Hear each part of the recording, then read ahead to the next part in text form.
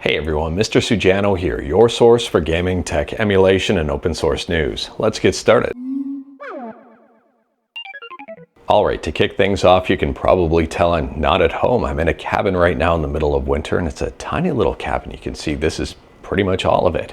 It's called the Buyer Cabin. It's at Grassroots Farms in Lucknow, Ontario, and we're here because of Mrs. Sujano's YouTube channel. Where is she? Right there.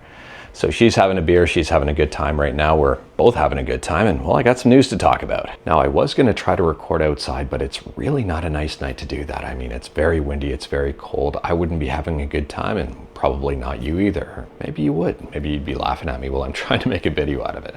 Anyways, here we're going to start out by talking about the Nintendo Switch 2. Now, no surprise, by the time I uploaded my video the other day, the Nintendo Switch 2 announcement had happened. And probably by now you've seen a lot of videos out there over-analyzing the very small video that Nintendo put out announcing the console. Now, like everything we talk about, link will be in the description below right at the bottom if you wanted to learn more about it.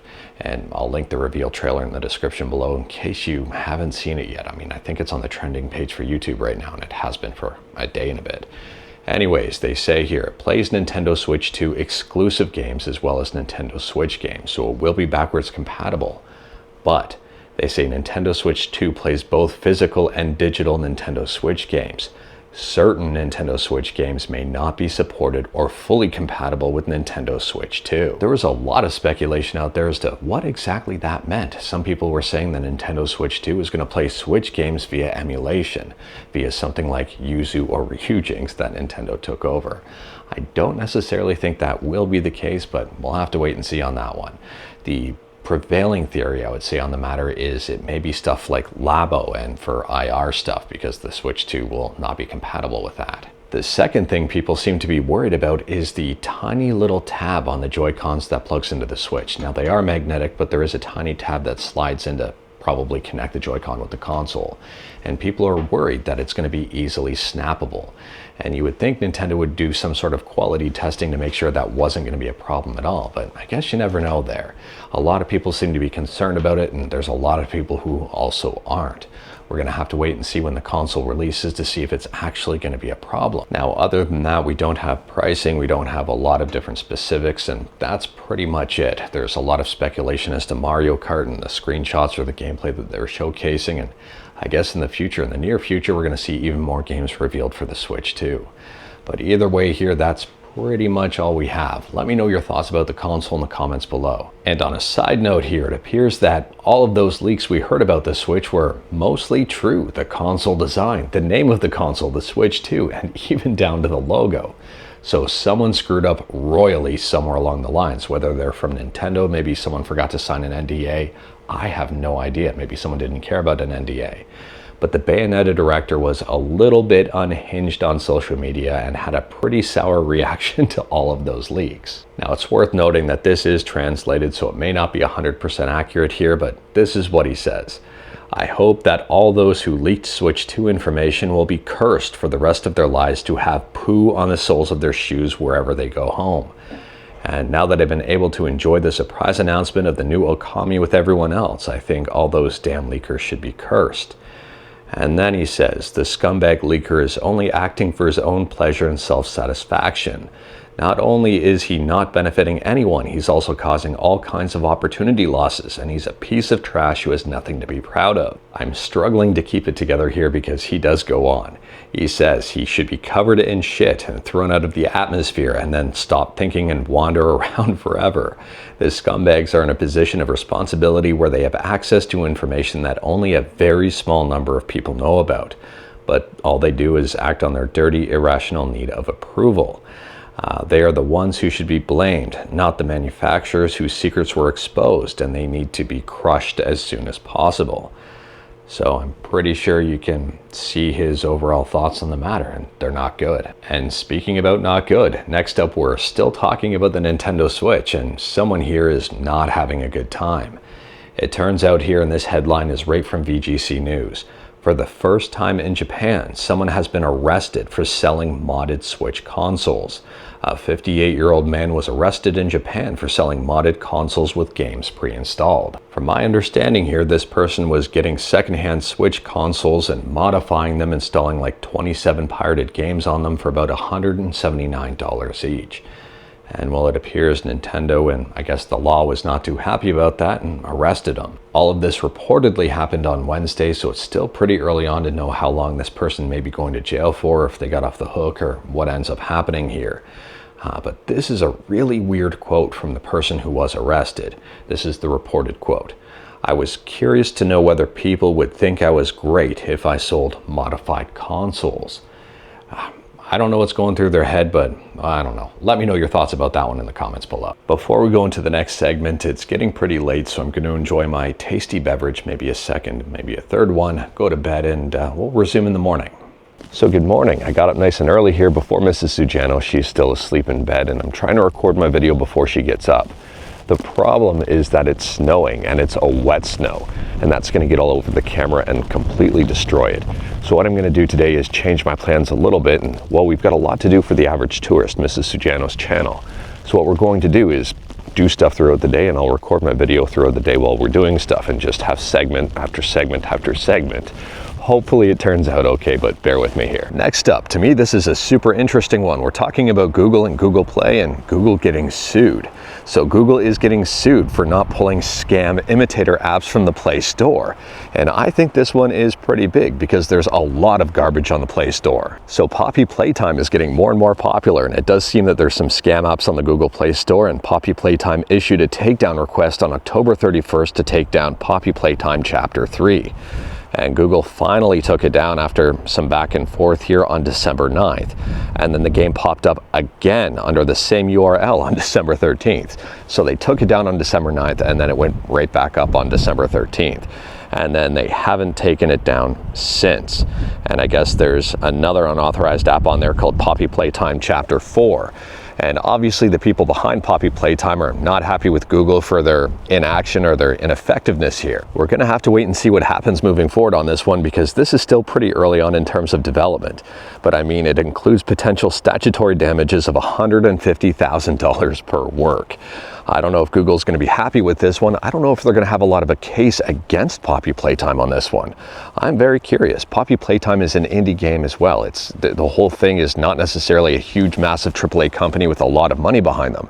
So them going against Google, and I guess against the developer of the scam apps here, is pretty big. And I'm very interested in how all of this unfolds. Now, I don't know about you, but I'm hoping here that this does some positive for the Google Play Store. I mean, on one hand, it's nice to see the Google Play Store have a whole bunch of apps on it. On the other hand, it's not nice to see a whole bunch of scam apps, a whole bunch of garbage on it. Even in the emulation scene, I mean, we see PS3 emulators on there, PS4, Xbox One, like all this crap that isn't even real.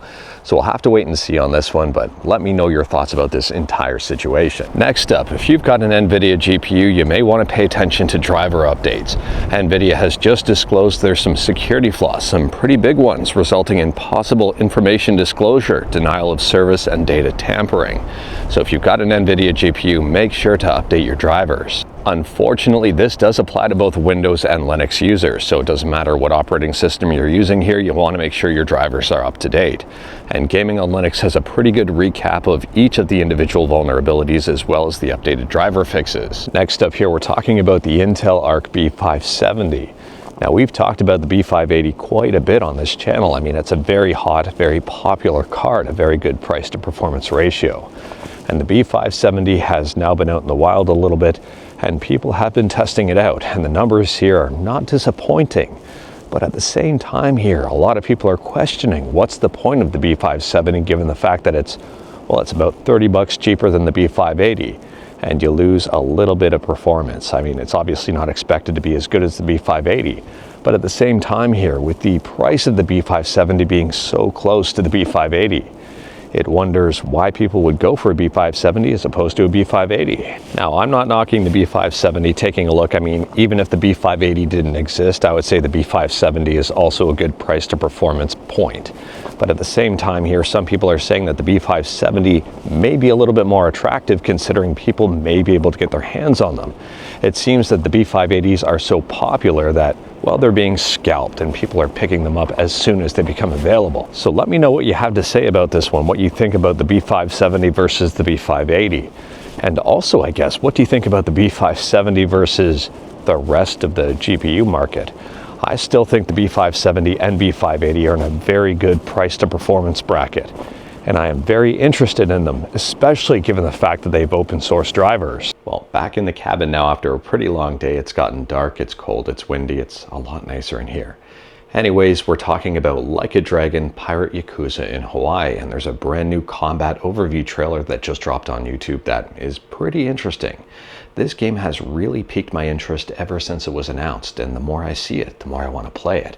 And there's also another trailer for a very interesting game, Bleach. If you're familiar with the anime, amazing. If you're not, I do recommend checking it out. It's a very interesting anime. Anyways, here the game is called Bleach Rebirth of Souls, and it's a fighting game with some very interesting concepts. Now, this really isn't a traditional pure fighting game per se. They're calling it an action fighting game or a fighting action game, or specifically the ultimate fighting action game. Anyways, here there's a battle system involved. There's a lot of different concepts, and I don't want to get into the details here because I haven't played it and I wouldn't be doing it justice by trying to explain it based on one trailer. Anyways, here there is a story mode. There will be an online mode and obviously offline mode and even more. And this one has also piqued my interest. Now, the trailer here is for PS4 and PS5. The trailer for this game shows the release date of March 21st, and I don't know if that's just for PS4 and PS5, because over on Steam, it's not just a PlayStation exclusive. Over on Steam, it's got a release date of March 20th, so one day earlier. And taking a look on Steam here, I also don't see de novo listed anywhere, so it may not get the de novo treatment. Hopefully it doesn't. We'll have to wait and see on that one, but feel free to let me know what you think about this new Bleach game in the comments below. And speaking about PlayStation, it's being reported that PlayStation has canceled a couple of live service games. If you take a look at my eye, you don't really see any tears forming, do you? I'm not too disappointed about that. PlayStation is canceling 2 live service games, at least that's what's being reported. And interestingly here, one of them is a live service, or one of them was a live service God of War game. It seems that maybe PlayStation is learning that live service games are not necessarily what every single gamer wants. Maybe some, sure, but I think the majority are not a big fan of live service stuff. However, don't get me wrong, sometimes live service games do generate quite a bit of money and quite a bit of interest. For example, Helldivers 2. But then again, if you take a look at one of the more recent live service games that Sony has released being, well, Concord, and that didn't work out too well at all. Marvel Rivals, on the other hand, I guess that's live service. It's doing extremely well, so who knows in this day and age? Maybe it's just hit and miss, and maybe they saw something that they weren't agreeing with and thought it wasn't going to turn out, so they canceled it as opposed to shove it in people's faces and hope it works out. And speaking about live service, last up here we're talking about a live service emulator. I'm not serious. We're not talking about a live service emulator. There's a brand new NES emulator, not live service, a brand new NES emulator written in Rust. And they're saying here it's a simple and clean NES emulator, a lightweight and with high compatibility. The name of this one is Nen Emulator, or Nen Emulator, or Subscribe to Mr. Sujano Emulator, depending on how you want to pronounce this one. Anyways, it just got a brand new release. It's very new on the scene and very interesting. So at the time of filming, Beta V1 has just dropped and it's still in active development. It's still going to get more features and it's still going to improve moving forward. It's just a beta right now. It is available for Windows, and to open it, you just drag and drop a ROM file into it to run it. The developer of Nen Emulator is saying that this one is cycle accurate, and what's to come here are custom key bindings, custom palettes, and even more. This one is 100% free, it's open source, and it's on GitHub. But anyways, that is all I've got for you in this one. Straight to the point, all stuff and no fluff. We talked about a bunch yesterday and today. It's kind of 2 days crammed into one video. Let me know your thoughts about anything we talked about in the comments below. If you like this video, leave a like. If you didn't like this video, leave a like. Hit that subscribe button, check out my other videos. Don't tempt fate, save your state.